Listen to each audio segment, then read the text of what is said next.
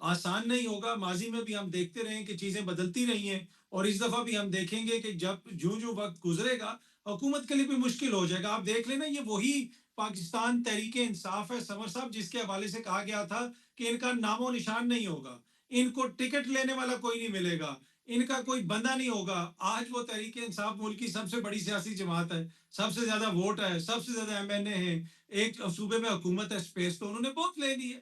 9 مئی کے بعد تو دیکھ رہے ہیں یہاں پہ لوگوں نے کھڑے ہو کے اعلان کیے تھے ٹی وی پہ کہ تحریک انصاف ختم شد. تو اسپیس آپ دیکھ لیں کتنی ہے ان کے پاس, تو اسپیس آ جاتی ہے ہم۔ وقت کے ساتھ ساتھ. ہاں کسی کی اگر یہ خواہش ہے کہ ایک دم سے 4 دنوں میں معاملات حل ہو جائیں, وہ اس طرح مجھے ہوتے ہوئے نظر نہیں آ رہے. ویسے اطہر صاحب یہ جو تحریک انصاف کے ساتھ نیا مسئلہ شروع ہوا ہے, ان کے جو ارکان ڈسکوالیفائی ہونا شروع ہو گئے ہیں, ایک ان کے ایم این اے ڈسکوالیفائی ہو چکے ہیں, باقی بھی کئی ایسے ہیں درجن سے زائد بتائے جا رہے ہیں کہ جن کے سر پر نااہلی کی تلوار لٹک رہی ہے 9 مئی کے مختلف کیسز میں. تو اگر یہ نااہلیاں مزید ہوتی ہیں پاکستان تحریک انصاف کے, مزید ایم این اے ڈسکوالیفائی ہوتے ہیں, تو یہ کتنا بڑا تحریک انصاف کے لیے سیٹ بیک ہوگا, یا یہ حکومت کے لیے آگے چل کے بڑا چیلنج یہ کھڑا کرے گی صورتحال؟ چونکہ فواد چودھری صاحب کچھ دیر پہلے فرما رہے تھے کہ یہ تحریک انصاف کو فائدہ دے گا, کہ ایک فیصلہ کن موومنٹ چلانے کے لیے تحریک انصاف کو اس سے امپیٹس ملے گا جب ان کے ایم این اے ڈسکوالیفائی ہونا شروع ہوں گے. میں ایگری کرتا ہوں, میں نے کل بھی یہی عرض کی تھی ایک جگہ پہ کہ بالکل اگر ان کے ایم این ایز آپ نکال دیں گے, ابھی تو دیکھیں نا وہ ایوان میں بیٹھے ہوئے ہیں, تو پھر ان کے پاس کم از کم وہ سسٹم کا کچھ حصہ ہے, جب لوگ باہر نکلیں گے تو وہ پھر زیادہ متحرک طریقے سے اپنا کردار ادا کریں گے. تو مجھے نہیں لگتا کہ سیاسی طور پہ کوئی پاکستان تحریک انصاف کو بہت زیادہ اس سے نقصان ہوگا. ابھی بھی ان کے پاس اتنے نمبرز تو ہے نہیں ہیں کہ وہ کوئی قانون سازی کر سکیں یا وہ کوئی تحریک عدم اعتماد لے کے آ سکیں. تو مجھے لگتا ہے یہی ہے کہ اگر ایسی چیز چلتی ہے تو جو وہ ان کا ایک وہ وکٹم والا نیریٹو ہے, یہ اس میں مزید تقویت ملے گی, اور مزید ان کا جو ووٹر سپورٹر ہے وہ یہ سمجھے گا کہ ہماری جو جماعت ہے اس کو وکٹمائز کیا جا رہا ہے. الیاس رانا صاحب, یہ جو سمپل میجورٹی والا حکومت کو ایک چیلنج درپیش ہے کہ انہیں پیپلز پارٹی کے اوپر چھوٹے چھوٹے معاملے پہ جو ہے وہ انحصار کرنا پڑتا ہے. ظاہر ہے یہ مزید اگر تحریک انصاف کے کیمپ سے لوگ ڈسکوالیفائی ہوتے ہیں, ضمنی انتخابات میں نون لیگ سیٹیں جیت کر آتی ہے, تو اس کا مطلب تو یہ ہے کہ وہ جو مخصوص نشستوں والا معاملہ ہے وہ ابھی لمبا ہے, کہ اب یہ والا روٹ پھر لیا جا رہا ہے. نہیں, نہ مخصوص نشستوں کا کیس لمبا ہے اور نہ اس میں پیپلز پارٹی اور نون لیگ میں لڑائی ہوگی. ہم۔ یہ ایک لانگ ٹرم, جب تک یہ سسٹم اویلیبل ہے آپ کو نظر آ رہا ہے یہ چلے گا اسی طرح. پھر آپ عام انتخابات کی بات کرتے ہیں, وہ دیکھی جائے گی جب وقت آتا ہے. ہر سچویشن الگ سے ہوتی ہے, جیسے 2018 کی ایک سچویشن تھی, 2024 کی ایک سچویشن تھی. اب جب الیکشن ہوتے ہیں پھر دیکھا جائے گا. لیکن یہ جو نااہلیاں ہیں اس کے دو منظر ہو سکتے ہیں. ایک تو یہ ہے نا کہ حکومت کے پاس بالکل براہ راست ہوتا ہے, اکثریت بن جائے گی اگر کچھ نااہلیاں ہوتی ہیں, اور مخصوص نشستیں آنے کی صورت میں بھی ہو جانی ہے. کوئی ایسا ایشو نہیں رہنا دونوں طرف. لیکن چاہے میں اور آپ جتنی مرضی پاپولر سیاست کا پروپیگنڈا کریں یا اس کو لیے رتب الحسان رہیں, لیکن اگر اس پارٹی کے بانی چیئرمین, وائس چیئرمین اور دیگر لوگوں کو پاکستان کی ریاست پہ حملے کے مجرم گردان دیے گئے, ان کو سزائیں ہو گئیں, تو پارٹی پہ تو بیان لگنا پھر کوئی ایشو نہیں رہے گا. پھر آپ ڈھونڈتے رہیں کہ جی نیب سے اے این پی بن گئی تھی, پھر آپ کو بہت لمبی لائن چاہیے جہاں پہ ایک سسٹم اور نظریہ موجود ہو اور لوگ کھڑے ہوں.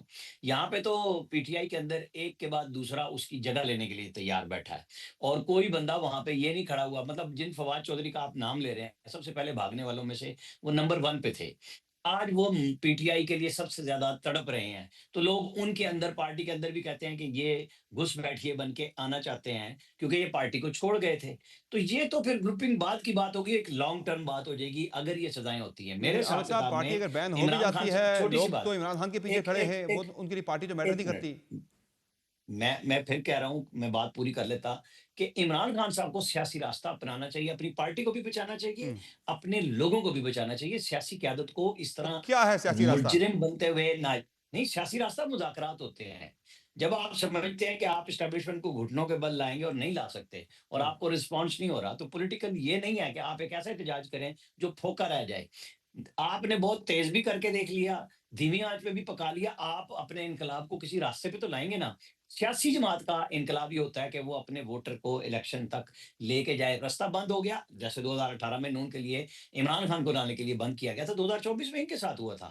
تو کیا آئندہ الیکشن میں بھی یہ دیواروں سے ٹکرانے کے لیے پھریں گے یا راستہ بنائیں گے؟ دیکھیں, عمران خان کا جو ووٹر جس کی آپ بات کر رہے ہیں بالکل اس کے ساتھ ہے, ہم۔ لیکن عمران خان کو قیادت میں تو ہونا چاہیے نا. لوگ کب تک اس کے لیے کھڑے رہیں گے؟ ان کو چاہیے کہ یہ اپنے آپ کو بھی بچائیں, اور سیاسی راستہ لیں. بچانے سے مراد میں معافی کی بات وہ ان کو مانگنی پڑے گی. یہ میں آپ کو بتا دوں کہ 9 مئی پہ معافی نہیں مانگیں گے نا، وہ سزائیں ہونی ہیں. پھر وہ جب کبھی ریپروچمنٹ ہوگا ان کا اسٹیبلشمنٹ کے ساتھ، وہ ضمانتیں اور وہ تب ہوں گی. ورنہ اگلا مرحلہ ہوا ہے، میں نے آپ کو بتایا کہ اگر کوئی کسی قسم کی بات چیت نہیں ہوتی اور سزائیں ہو جاتی ہیں تو پھر پارٹی پہ بین بھی لگے گا کہ آپ نے ریاستی اداروں پہ حملے کیے اور وہ ثابت ہو گئے. صحیح ہے اطہر قادری صاحب، پھر تحریک انصاف کو جو ہے اپنے سخت موقف سے پیچھے ہٹنا پڑے گا، بات چیت کرنا پڑے گی. وہ گورنمنٹ جس کے بارے میں کہتے ہیں کہ بے اختیار ہیں، پھر انہی کے ساتھ بیٹھنا پڑے گا ٹیبل پر. دیکھیے ماضی میں بھی بیٹھ کے کچھ عرصہ تو وہ بیٹھے تھے. فی الحال مجھے یہ ہوتا ہوا نظر نہیں آ رہا. فی الحال تو مجھے نہیں لگتا ہے کہ وہ حکومت کے ساتھ بیٹھیں گے. آگے چل کے وہ بیٹھتے ہیں یا نہیں بیٹھتے وہ ایک الگ بحث ہے، لیکن فی الحال مجھے نہیں لگتا کہ اگلے چند ہفتوں کے دوران جس طرح بار بار اس طرح کی بات کی جا رہی ہے کہ بیٹھ کے معاملات کو حل کیا جائے. بیٹھنے کا وہ بھی یہی کہہ رہے ہیں کہ اگر بیٹھیں گے تو براہ راست اسٹیبلشمنٹ کے ساتھ بیٹھیں گے، اور ابھی بھی ان کا فی الحال تو موقف یہی ہے. لیکن وہ تو تحریک انصاف کے ساتھ بیٹھنے کو تیار نہیں ہے. وہاں سے تحریک انصاف کو بڑا واضح پیغام مل چکا ہے کہ آپ نے بیٹھنا ہے، بات کرنی ہے تو سیاسی گورنمنٹ سے آپ بات کریں، ہم آپ کے ساتھ بات چیت کسی قسم کی نہیں کریں گے.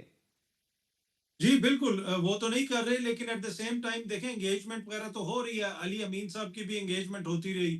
جو اوورسیز پاکستانی آئے تھے وہ بھی آپ کو پتا ہے کہ کس کے آشرواد سے جا کے خان صاحب سے بھی کسی کی ملاقات ہوئی، آگے پیچھے ملاقاتیں ہوتی رہی. تو انگیجمنٹ تو ہو رہی ہے. یہ نہیں ہے کہ اگر سیاستدانوں سے انگیجمنٹ نہیں ہو رہی یا شہباز حکومت سے بات چیت نہیں ہو رہی تو بات چیت نہیں ہو رہی. بات چیت تو ہو رہی ہے، پیغامات جا رہے ہیں اور مختلف لیولز کے اوپر جا رہے ہیں. کیا وہ فروٹفل ہیں، کیا اس کا فی الحال کوئی نتیجہ نکلے گا؟ مجھے وہ نتیجہ نکلتا ہوا نظر نہیں آ رہا. اس میں ہوتا یہ ہے سمر صاحب کہ یہ لانگ ٹرم گیم ہے. جس طرح کبھی محمد زبیر ملتے تھے، کبھی ملک ایسا احمد ہی ہے. خان صاحب ملتے تھے، کبھی کوئی اور معزز شخصیت ملتی تھی. پرویز مشرف کے دور میں ایک بریگیڈیئر صاحب جا کے ملتے ہوتے صحیح ہے. تھے شہباز شریف کو. وہ ایک لمبا پروسیس ہوتا ہے. عمران خان صاحب مجھے نہیں لگتا کہ اس لمبے پروسیس کے لیے تیار ہیں. وہ یہی کہہ رہے ہیں جس نے بھی بات کرنی ہے ڈائریکٹ آ کے مجھ سے بات کریں.